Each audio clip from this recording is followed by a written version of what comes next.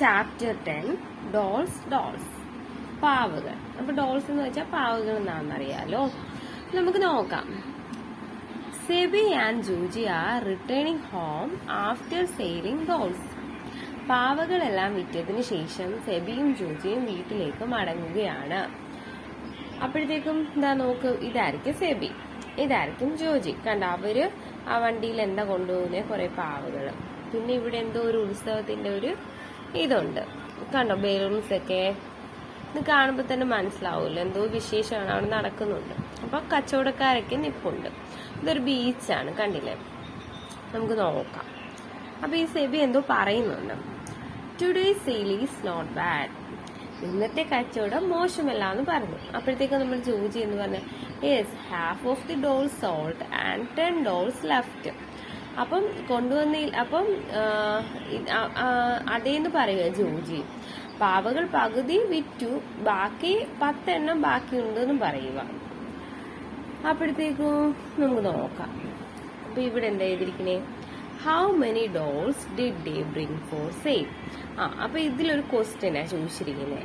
എന്താ ചോദിച്ചിരിക്കുന്നതെന്ന് വെച്ചാൽ വിൽക്കാൻ എത്ര ഡോൾസ് അവർ കൊണ്ടുവന്നിട്ടുണ്ടായിരുന്നു എന്ന് ചോദിച്ചിരിക്കുക. അതപ്പോ എങ്ങനെ കാൽക്കുലേറ്റ് ചെയ്യാൻ പറ്റും? അപ്പം നമ്മുടെ ജോജി ഒരു കാര്യം പറഞ്ഞിട്ടുണ്ട്.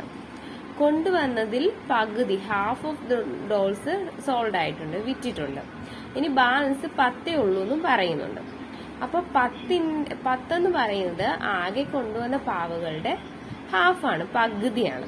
അപ്പം അതിന്റെ ഡബിൾ എടുത്താൽ മതിയല്ലോ. നമുക്ക് ആകെ എത്ര പാവകൾ കൊണ്ടുവന്നിട്ട് കാൽക്കുലേറ്റ് ചെയ്യാൻ പറ്റും. അപ്പം 10ന്റെ ഡബിൾ എത്രയാ? 20 അല്ലേ. അപ്പം ഇവിടെ എന്താ ആൻസർ? 20. അപ്പം പിന്നെ ഒന്നുകൂടി ചോദിച്ചിട്ടുണ്ട്, ഹൗ ഡിഡ് യു കാൽക്കുലേറ്റ്. അപ്പൊ എങ്ങനെയാണ് നമ്മൾ അത് കാൽക്കുലേറ്റ് ചെയ്തേന്ന്? അതെങ്ങനെയാന്ന് വെച്ചാൽ ഡബിൾ ഓഫ് 10 എടുത്തു. അപ്പം ഡബിൾ ഓഫ് 10 എന്ന് പറയുമ്പോഴത്തേക്കും 20 ആണ്. അങ്ങനെയാണ് അത് കാൽക്കുലേറ്റ് ചെയ്തത്. അപ്പം ഈ പേജിൽ എന്താന്ന് വെച്ചാ എന്താ നോക്കൂ, ഇവിടെ ഒരു മുത്തശ്ശനും പിന്നെ സെബിയും ജോജിയും പിന്നെ അവരുടെ മക്കളും അമ്മയും അച്ഛനും ഉണ്ട്, മുത്തശ്ശനും മുത്തശ്ശിയുണ്ട്. അപ്പൊ ഈ മുത്തശ്ശൻ എന്തോ പറയുന്നുണ്ട്. Just 2 days for Pooram. അപ്പം ഈ മുത്തശ്ശൻ പറയുന്നതെന്ന് വെച്ചാൽ പൂരത്തിന് ആകെ ഇനി 2 ദിവസമേ ഉള്ളൂ. അപ്പൊ നമ്മുടെ ജോജി എന്താ പറയുന്നേ, we must make many dolls. നമ്മൾ കുറെ പാവകൾ ഉണ്ടാക്കണം. അപ്പോഴത്തേക്കും നമ്മുടെ മുത്തശ്ശി ചോദിക്കുക, ക്യാൻ വി ഡു ഇറ്റ്, നമുക്കത് ചെയ്യാൻ കഴിയുമോ എന്ന് ചോദിക്കാം. അപ്പൊ നമ്മുടെ കുട്ടി എന്താ പറയുന്നേ, മോൻ പറയാണ്, വി വിൽ ആൾസോ ഹെൽപ്പ്, ഞങ്ങളും സഹായിക്കാന്ന് പറയുമോ. പിന്നെ ഇതിൽ എഴുതിയിരിക്കുന്ന the number of dolls they made in 2 days. അപ്പോൾ ഫസ്റ്റ് ഡേയില് അപ്പം 2 ദിവസത്തിനുള്ളിൽ അവരുണ്ടാക്കിയ പാവകൾ നോക്കാൻ പറയുമോ. അപ്പൊ ഫസ്റ്റ് ഡേ സെബി 12, ജോജി 6. അപ്പം ആദ്യത്തെ ദിവസം പിന്നെ സെബി 12ഉം ജോജി 6ഉം. അപ്പം how many dolls did they make in all. എത്ര ഡോൾസ് ആണ് അവർ മൊത്തം ഉണ്ടാക്കിയെന്നാണ് ചോദിച്ചിരിക്കുന്നത്. അപ്പൊ ഇത് രണ്ടും കൂടെ ആഡ് ചെയ്താൽ മതിയല്ലോ. അപ്പൊ 12 + 6 എന്ന് പറയുന്നത് നമുക്ക് ഇവിടെ സ്പ്ലിറ്റ് ചെയ്ത് എഴുതാൻ പറ്റും. അപ്പം 12നെ സ്പ്ലിറ്റ് ചെയ്താൽ 10 + 2 വരും. പിന്നെ നമ്മുടെ 6 കൂടെ ആഡ് ചെയ്യണം, +6. അപ്പൊ അത് വേറൊരു രീതിയിൽ എങ്ങനെ എഴുതാൻ പറ്റും? 10 പിന്നെ ഈ 2ഉം 6ഉം കൂടെ ആഡ് ചെയ്ത് 8 വരും. അപ്പൊ 10 + 8. അപ്പൊ എത്ര കിട്ടും? 18.